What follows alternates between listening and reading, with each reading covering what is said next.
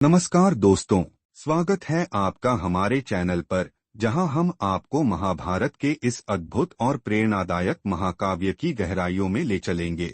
यहां आपको मिलेगी महाभारत की अद्भुत कहानियां, पात्रों का परिचय, जीवन के मूल्यों का महत्व और धर्म की गहन समझ। तो चलिए इस महान गाथा के साथ ज्ञान, प्रेरणा और रोमांच का अनोखा सफर शुरू करते हैं।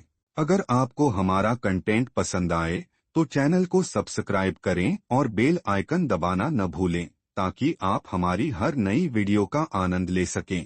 जय श्री कृष्ण। महाभारत का महत्व केवल एक धार्मिक ग्रंथ के रूप में नहीं है, बल्कि इसे भारतीय समाज, संस्कृति और दर्शन का प्रतिबिंब भी माना जाता है। इस महाकाव्य का आरंभ राजा शांतनु और देवी गंगा की कथा से होता है, जो कुरु वंश की उत्पत्ति का परिचय कराती है। भीष्म, जो शांतनु और गंगा के पुत्र थे, ने अपने पिता के लिए आजीवन ब्रह्मचर्य का व्रत लिया और इस त्याग के कारण उनका नाम भीष्म पड़ा। महाभारत में पांडवों और कौरवों के बीच की प्रतिस्पर्धा, छलकपट और अंतः महायुद्ध को केंद्र में रखा गया है। द्रौपदी, जो पांडवों की पत्नी थीं, के चीरहरण की घटना ने युद्ध की नींव रखी। द्यूत क्रीड़ा में युधिष्ठिर ने अपना सब कुछ खो दिया, यहाँ तक कि अपने भाइयों और पत्नी को भी दांव पर लगा दिया, जिससे कौरवों और पांडवों के बीच वैमनस्य चरम पर पहुंच गया। वनवास और अज्ञातवास के दौरान पांडवों ने अनेक कठिनाइयों का सामना किया और अपने धैर्य, बुद्धिमत्ता और साहस से हर संकट को पार किया। महाभारत की विशेषता यह है कि यह केवल कथा मात्र नहीं है, बल्कि इसमें जीवन के गूढ़ दर्शन और मूल्यों का प्रतिपादन भी है। श्रीमद् भगवद गीता, जो महाभारत का एक हिस्सा है, में भगवान कृष्ण ने अर्जुन को कर्म, ज्ञान और भक्ति का उपदेश दिया। गीता में कर्म योग, भक्ति योग और ज्ञान योग की व्याख्या की गई है और इसे जीवन का मार्गदर्शक माना जाता है। कृष्ण ने अर्जुन को सिखाया कि किसी भी कार्य को निष्काम भाव से करना चाहिए और फल की चिंता किए बिना अपने धर्म का पालन करना चाहिए।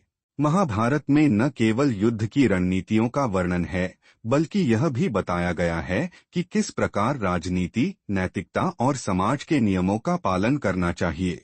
इस महाकाव्य में कई उपकथाएं भी हैं, जैसे राजा नल और दमयंती की प्रेम कहानी, राजा हरिश्चंद्र की सत्यनिष्ठा और राजा ययाति की कथा, जो मानव स्वभाव और जीवन के विभिन्न पहलुओं को उजागर करती हैं। कर्ण का चरित्र महाभारत में बहुत महत्वपूर्ण है, जो जन्म से सूतपुत्र था, लेकिन अपने साहस, पराक्रम और दानशीलता के लिए प्रसिद्ध हुआ। दुर्योधन ने कर्ण को अपना मित्र बनाया और उसकी सहायता से पांडवों के खिलाफ खड़ा हुआ। वहीं भीष्म, द्रोणाचार्य और विदुर जैसे चरित्र अपनी अपनी भूमिकाओं में नैतिकता, कर्तव्य और धर्म के आदर्श प्रस्तुत करते हैं। महाभारत की कथा में युद्ध केवल बाहरी संघर्ष नहीं है, बल्कि यह आंतरिक संघर्षों का भी प्रतीक है। इसमें हर पात्र अपने अंदर के द्वंद्व और संघर्षों से जूझता हुआ दिखाई देता है। युधिष्ठिर का धर्म पालन, अर्जुन का संशय, भीष्म का कर्तव्य पालन और द्रौपदी का न्याय के लिए संघर्ष सभी मानव जीवन की जटिलताओं को उजागर करते हैं। युद्ध के बाद की कथा में भी यह दिखाया गया है कि विजय के बावजूद हिंसा और रक्तपात का अंत विनाशकारी होता है। युद्ध के बाद पांडवों ने राज्य तो प्राप्त किया, लेकिन अपने प्रियजनों और रिश्तेदारों को खोने का दुख जीवन भर झेलना पड़ा।